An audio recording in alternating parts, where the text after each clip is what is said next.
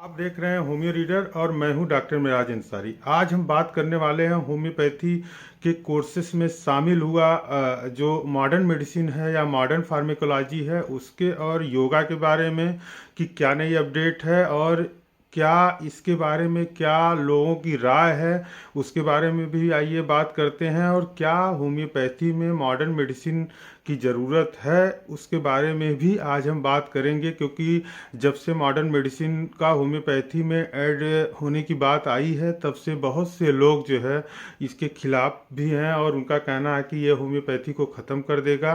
तो उसके बारे में आज हम आपसे बात करेंगे। उसके पहले अगर आप हमारे होम्यो रीडर के यूट्यूब चैनल पर नए हैं तो होम्यो रीडर के यूट्यूब चैनल को लाइक शेयर और सब्सक्राइब करना न भूलिए, क्योंकि होम्यो रीडर ही एक ऐसा प्लेटफॉर्म है जो लगातार होम्यो जगत से जुड़ी हुई हर खबर से आपको रूबरू कराता आ रहा है। तो आइए शुरू करते हैं। होम मॉडर्न मेडिसिन का होम्योपैथी में जो इंक्लूजन हुआ है या शामिल किया गया है, उसके साथ साथ योगा को भी शामिल किया गया है, उसका होम्योपैथी पर क्या असर होगा और लोगों की राय क्या है और हमारी क्या राय है, और ओवरऑल अगर देखा जाए तो मॉडर्न मेडिसिन का होम्योपैथी में शामिल होना क्या लाभप्रद है या नुकसानदेह है, इसके बारे में आइए हम होम्यो रीडर के यूट्यूब चैनल पर जो आज हम बात करने वाले हैं वो करने वाले हैं नेशनल कमीशन फॉर होम्योपैथी में जो होम्योपैथी ग्रेजुएट डिग्री कोर्सेज के लिए एक तरह से नोटिफिकेशन जारी हुआ या यूँ कहिए कि गजट जारी हुआ, अधिसूचना जारी हुई है। उसके अनुसार से होम्योपैथी में जो है मॉडर्न मेडिसिन को सबसे पहली बार जो है शामिल किया जा रहा है। इसके पहले जो है यूनानी और आयुर्वेद में मॉडर्न मेडिसिन पढ़ाया जाता था और होम्योपैथी में पहली बार जो है शामिल किया जा रहा है। और साथ में जो है योगा के सब्जेक्ट को भी होम्योपैथी में जगह मिली है, यानी कि योगा और modern medicine essential of modern medicine पढ़ाया जाएगा। इसके बारे में मैंने आपको पिछले वीडियो में भी जानकारी दे दी थी। इसके पहले के वीडियो में हमने आपको इसके बारे में जानकारी दिया था।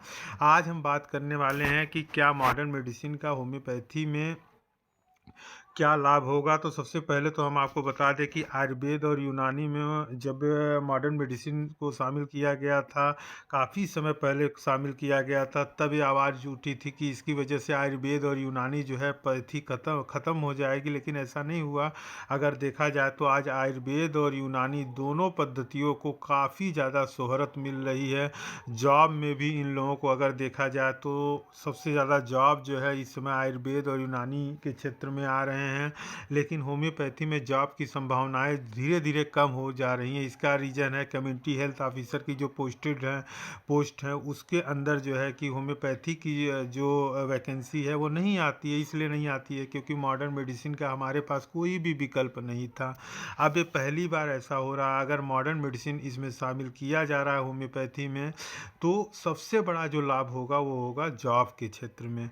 जो हज़ारों की संख्या में होम्योपैथी आयुष के जॉब आ रहे हैं उसमें होम्योपैथी को भी समान अधिकार दिया जाएगा। तो ये एक सबसे बड़ी बात है कि जॉब के क्षेत्र में होम्योपैथी में जो है अगर मॉडर्न मेडिसिन शामिल किया जाता है होम्योपैथी में, तो जॉब की जो संभावनाएं हैं या नौकरी की जो संभावनाएं हैं वो होम्योपैथी के लिए बढ़ जाएंगी।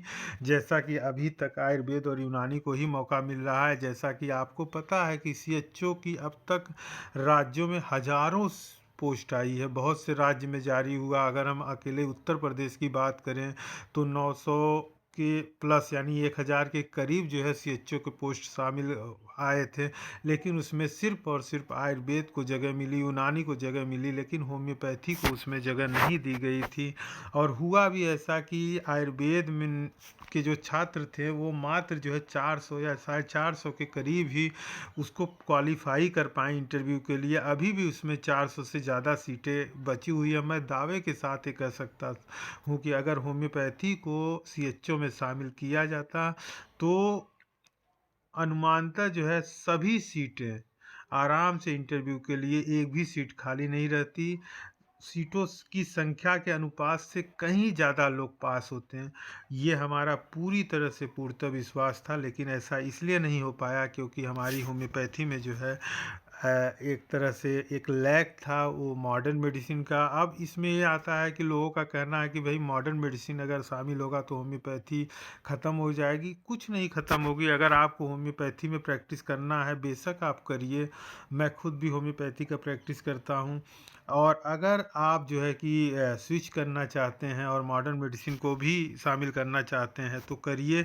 ये उन लोगों के लिए भी मौका है, उन होम्योपैथी छात्रों के लिए या उन होम्योपैथी डॉक्टरों के लिए है जो होम्योपैथी के अलावा और पैथी में अपना कैरियर बनाना चाहते हैं। और प्लस जो है अभी तक हॉस्पिटलों में अगर देखा जाए तो आयुर्वेद और यूनानी के जो डॉक्टर्स हैं उनको तो बहुत आराम से हॉस्पिटलों में नौकरी मिल जाती है। होम्योपैथ को नौकरी मिलने में बड़ी आनाकानी होती है। और ओवरऑल देखा जाए तो ये अलाउ भी नहीं है कि एक होम्योपैथ जो है हॉस्पिटल में जॉब कर पाए। तो ये सब जो प्रॉब्लम है उसके मद्देनज़र ये बहुत ज़्यादा ज़रूरी है कि होम्योपैथ को जितना जल्दी हो पाए मॉडर्न मेडिसिन में जब शामिल कर लिया जाएगा तो उस कंडीशन में जो है होम्योपैथ में जॉब की अपॉर्चुनिटी बढ़ जाएगी।